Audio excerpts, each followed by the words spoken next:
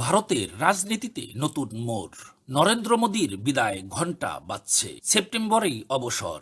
কে হবেন মোদীর উত্তরসূরি? এ বিষয়ে জানতে ভিডিওটি সম্পূর্ণ দেখুন। নরেন্দ্র মোদীর রাজনীতি থেকে অবসরের গুঞ্জন ছড়িয়ে পড়েছে ভারত জুড়ে। শিবসেনা ইউটিউব নেতা সঞ্জয় রাউত দাবি করেছেন, প্রধানমন্ত্রী মোদী সেপ্টেম্বরে অবসর নিতে পারেন। সঞ্জয় রাউতের এই দাবির ভিত্তি কি? বিজেপির অভ্যন্তরে কি চলছে? মোদীর পরবর্তী উত্তরসূরি কে হবেন? চলুন খতিয়ে দেখি পুরো ঘটনা।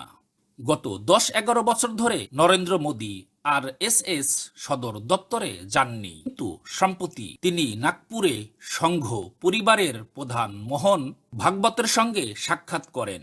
সঞ্জয় রাউতের দাবি, এটাই মোদীর বিদায়ের সূচনা।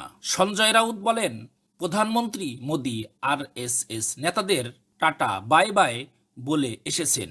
তিনি নাকি অবসরে আবেদনপত্র জমা দিয়েছেন। তবে প্রশ্ন হচ্ছে, মোদী কি সত্যি অবসরের সিদ্ধান্ত নিয়েছেন, নাকি এটি শুধুই রাজনৈতিক কৌশল? রাজনৈতিক বিশ্লেষকদের মতে 2024 সালের নির্বাচনের পর থেকেই মোদীর জনপ্রিয়তা কিছুটা ধাক্কা খেয়েছে।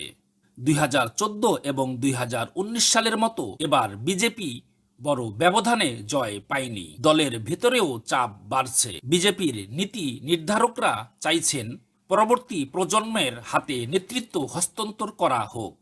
আর এসএসও একই বার্তা দিচ্ছে বলে জানা গেছে। বিশেষজ্ঞদের মতে মহারাষ্ট্র থেকে একজন নতুন বিজেপি নেতা উঠে আসতে পারেন।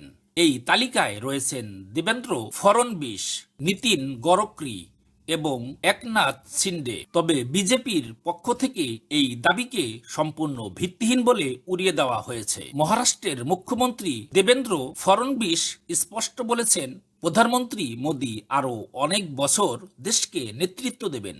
বিজেপির অন্যান্য নেতারাও বলছেন, এটা বিরোধীদের চক্রান্ত মাত্র। মোদী এখনো শক্তিশালী এবং 2029 সাল পর্যন্ত নেতৃত্ব দিবেন।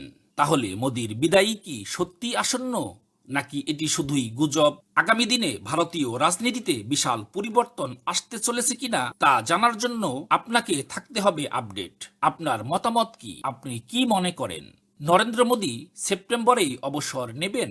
কমেন্টে জানান। আর নিয়মিত আপডেট পেতে আমাদের সাথেই থাকুন।